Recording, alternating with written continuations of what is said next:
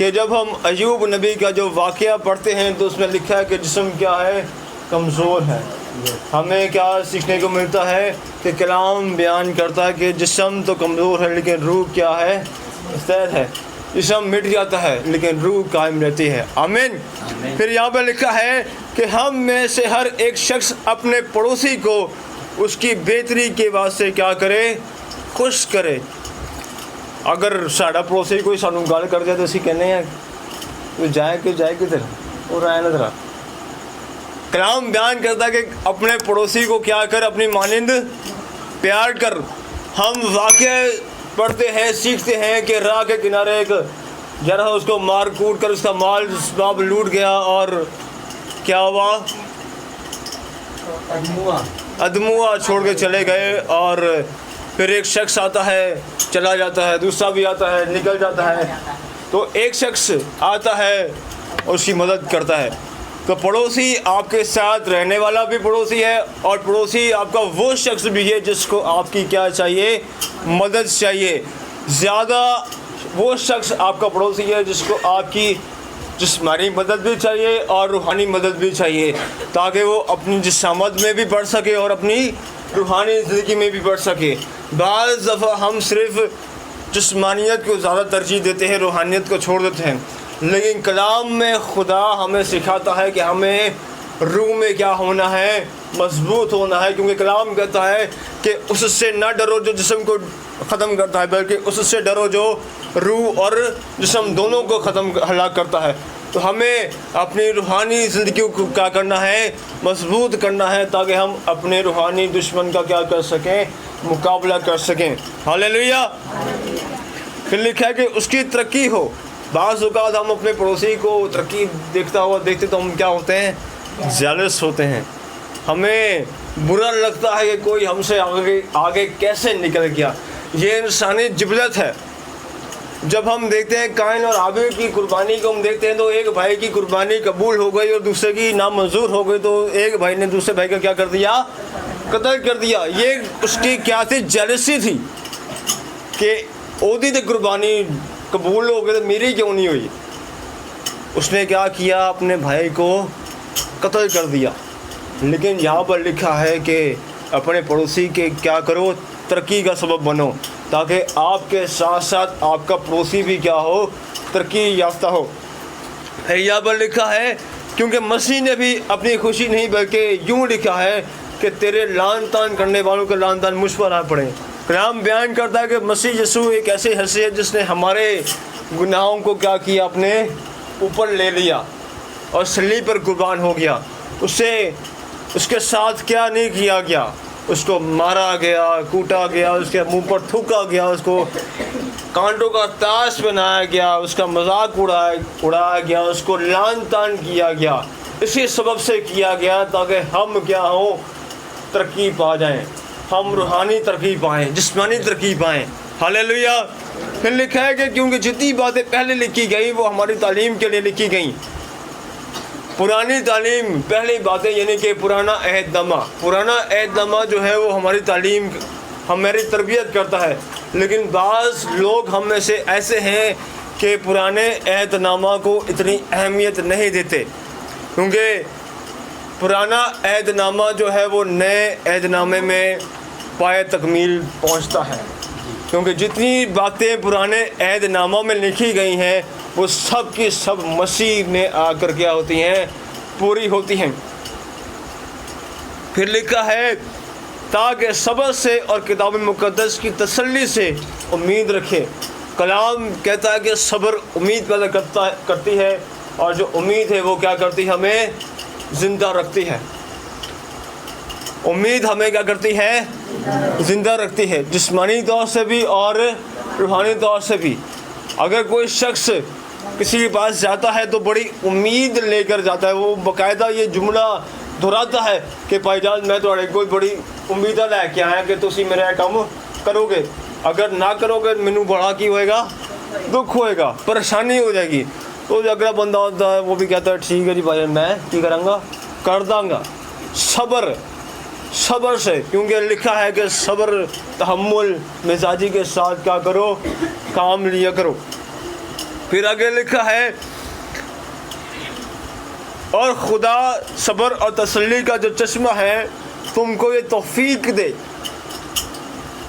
کلام جو ہے وہ ہم سب کو کیا کرتا ہے؟ سکھاتا بھی ہے، بتاتا بھی ہے، جتاتا بھی ہے، اور ہمیں چوٹ بھی لگاتا ہے اگر ہم میں کوئی کمزوری ہے یا کمی ہے۔ تو ہمیں چاہیے کہ جب کوئی بھی خادم یہاں پہ مذبح پہ کھڑا ہو کر کلام سناتا اور آپ کو چوٹ لگتی ہے تو باہر جا کر یہ نہ کہا کریں کہ آج تو سارا کلام میرے پاس ہے، قاضی صاحب نے تو سارا کلام میرے پاس ہے۔ نہیں، آپ میں کوئی کمی ہو تبھی کلام آپ کو کیا کرتا ہے؟ چوٹ لگاتا ہے۔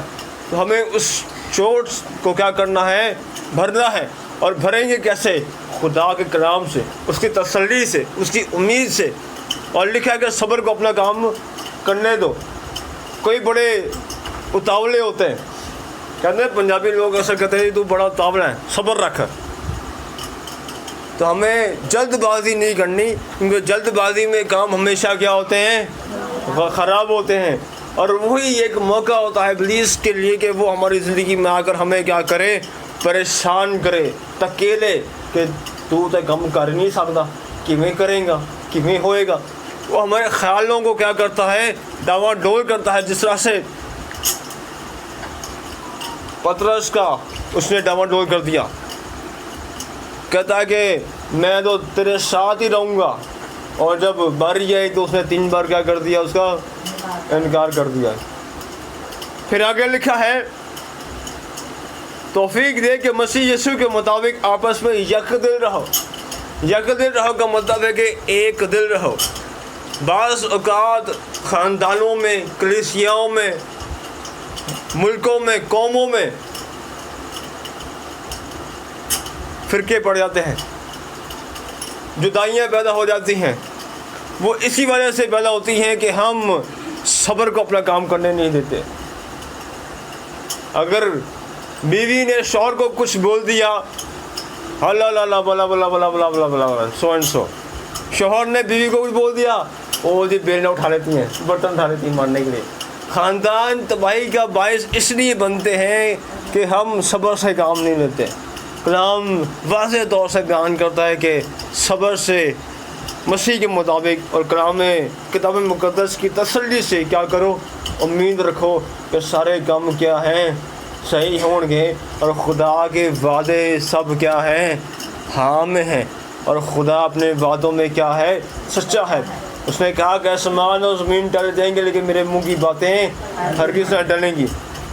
پھر لکھا ہے یک دل رہو تاکہ تم یک دل اور یک زباں ہو کر، نہ تو ہمارے خاندان یک دل ہے، نہ ہماری کلیسیاں یک دل ہیں۔ یک زبان کا تو سوال ہی پیدا نہیں ہوتا۔ یک دل زبان کا مطلب ہے کہ ایک زبان۔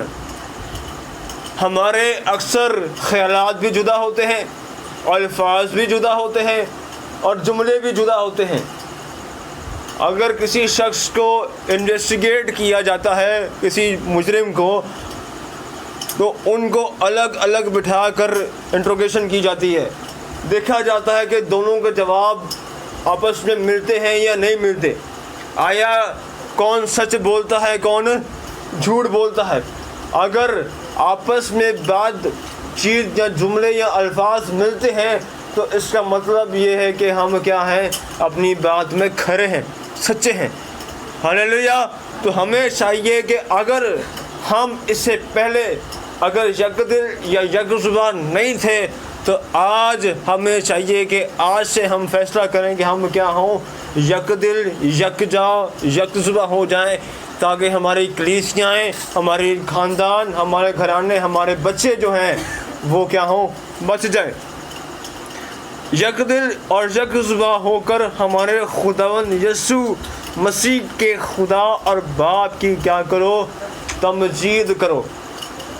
ہماری ستائش، پرستش، حمد و ثنا کرنا خدا باپ کے حضور اسی وقت مقبول ٹھہر سکے گا جب ہم کیا ہوں گے؟ یک دل، یک جان اور یک زبان ہوں گے۔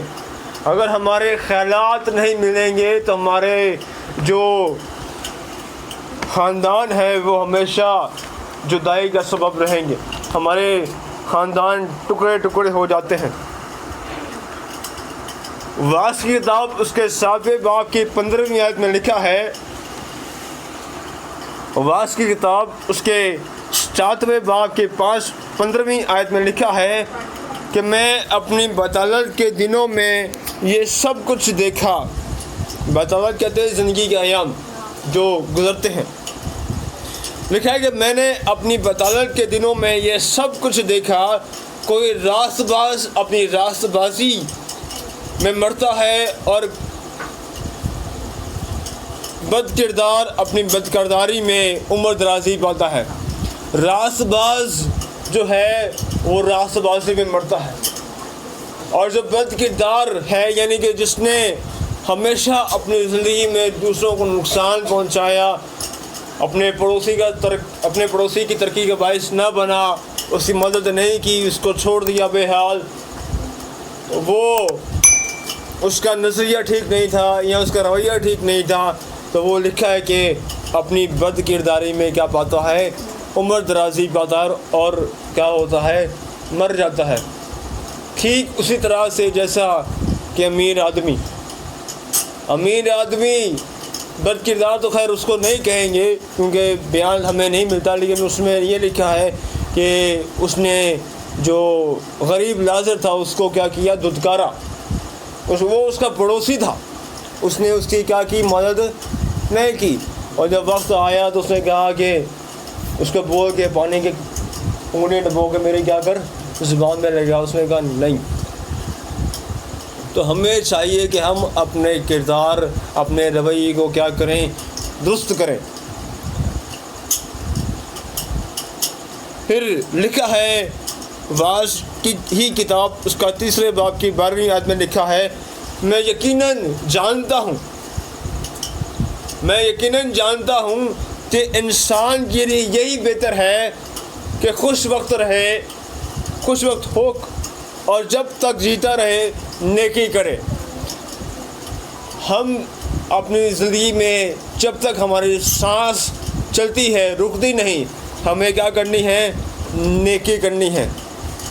اکثر ہمارے بزرگ یا بڑے ہم سے کہتے ہیں، اسکول کی ادبی کتابوں میں بھی یہ جملہ لکھا ہوا ہے کہ نیکی کر اور کیا کر، دریا میں ڈال۔ اس کا مطلب یہ ہے کہ اگر آپ کسی کے ساتھ نیکی کرتے ہیں تو یہ نہ سوچیں کہ وہ آپ کو پلٹ کے آپ کے ساتھ نیکی کرے گا، نہیں، بعض اوقات وہ آپ کے ساتھ بدی بھی کرتا ہے، آپ کے خلاف بولتا بھی ہے، آپ کے خلاف بدگوئی بھی کرتا ہے، لیکن آپ نے کیا کرنا ہے، اپنے کردار سے اس پر کیا آنا ہے، قابو آنا ہے، آپ نے صبر کو کام کرنے دینا ہے۔ پھر پولس رسول کے خط جو ہے وہ فلپیوں کے نام اس کا 2 باب اس کی 5ویں آیت میں لکھا ہے کہ ویسا ہی مزاج رکھو جیسا مسیح یسوع کا بھی تھا۔ اب یہاں پہ سوال اٹھتا ہے کہ جو لفظ استعمال ہوئے ہیں کہ جیسا مسیح یسوع کا بھی تھا، اس سے کیا مراد ہے؟ یعنی یسوع مسیح کے علاوہ بھی کوئی ایسا شخص موجود ہے جس کا مزاج مسیح یسوع نے اپنایا؟ اب وہ کون ہے؟ وہ کوئی اور نہیں بلکہ ہمارا باپ یہوہ خدا ہے۔ اس نے کہا کہ میں باپ سے نکلا اور باپ سے آیا ہوں، کیونکہ ہمارا خدا کلام بیان کرتا ہے وہ رحیم ہے، رحم کرنے والا ہے، محبت سے بھرا ہے، بھلا ہے، شفقت اس کی کیا ہے، ابدی ہے۔ اس نے کہا کہ کلام بیان کرتا ہے کہ خدا کو آزما کے دیکھو کہ وہ کیسا بھلا ہے۔ تو اس کا مطلب یہ ہے کہ خدا نے اپنی ساری خوبیاں جو ہیں وہ سمیٹ کر خداوند یسوع مسیح میں رکھ دیں، اور خداوند یسوع مسیح کو قبول کرنے کے سبب سے ہم جو اس کے ایماندار لوگ ہیں وہ ساری خوبیاں کیا ہیں، ہمارے اندر اتر آئی ہیں۔ تو ہماری خوبیاں جب ظاہر ہوتی ہیں تو ہمارے کردار کا پتہ چلتا ہے کہ ہم کیسے لوگ ہیں، کس کو ماننے والے لوگ ہیں۔ کیونکہ لکھا ہے کہ درخت اپنے پھلوں سے پہچانا جاتا ہے۔ اگر پھل ہی کاڑا نکلے تو پھر فائدہ کی ہے؟ یا پھل کو کیڑا لگا ہو تو فائدہ کیا ہے؟ وہ کیا ہوتا ہے؟ پھینک دیا جاتا ہے۔ یا کچھ لوگ ایسا بھی کرتے ہیں وہ کیڑا نکال کے باقی جو صاف صاف ہوتا ہے وہ کھا جاتے ہیں. لیکن کردار ایک ایسی چیز ہے جس کو ایک دفعہ زنگ لگ جائے تو پھر اس کو سنبھالنا بہت مشکل ہوتا ہے. لیکن کلام کہتا ہے کہ خدا جو ہے وہ ہمیں سنبھالتا ہے، ہماری پرورش کرتا ہے، ہماری رہنمائی کرتا ہے، ٹھیک اسی طرح سے جیسے خدا کا کلام یعنی مسیح یسوع ہمیں سنبھالتا ہے، ہماری مدد کرتا ہے، رہنمائی کرتا ہے. ہاللیلویا. تو ہمیں چاہیے کہ ہمیں ویسا ہی مزاج رکھنا ہے جیسا کس کا ہے؟ مسیح یسوع کا بھی تھا، یعنی باپ یہوہ کا بھی مزاج ویسا ہی ہے. لکھا ہے کہ شیر خواہ اپنے بچے کو تو چھوڑ سکتی ہے لیکن میں تمہیں ہرگز نہ چھوڑوں گا، کیونکہ میں نے تمہارے صورتوں کا کیا کیا ہوا ہے؟ اپنے تھیلی پر کھودا ہوا ہے. یعنی کہ جب خداوند یسوع مسیح کے ہاتھوں میں کیل ٹھکے ہمارے خاطر، اس نے ہماری صورتیں کیا کی؟ نقش کر لی، تاکہ ہم اس کے خون میں کیا ہوں؟ رنگ جائیں اور دھل جائیں، تاکہ ہمارے سارے پاپ کیا ہوں؟ صاف ہو جائیں اور ویسا ہی مزاج رکھیں جیسا مسیح یسوع کا ہے. 7ویں آیت میں لکھا ہے، رومیو 15 باب کے 7ویں آیت میں لکھا ہے، بس جس طرح مسیح نے خدا کے جلال کے لیے تم کو اپنے ساتھ شامل کر لیا، اسی طرح سے تم بھی ایک دوسرے کو شامل کر لو. کیا لکھا ہے؟ کہ بس جس طرح مسیح نے خدا کے جلال کے لیے تم کو اپنے ساتھ شامل کر لیا،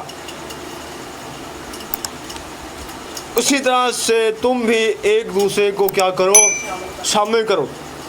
ہم اکثر ایک دوسرے سے کیا کرتے ہیں؟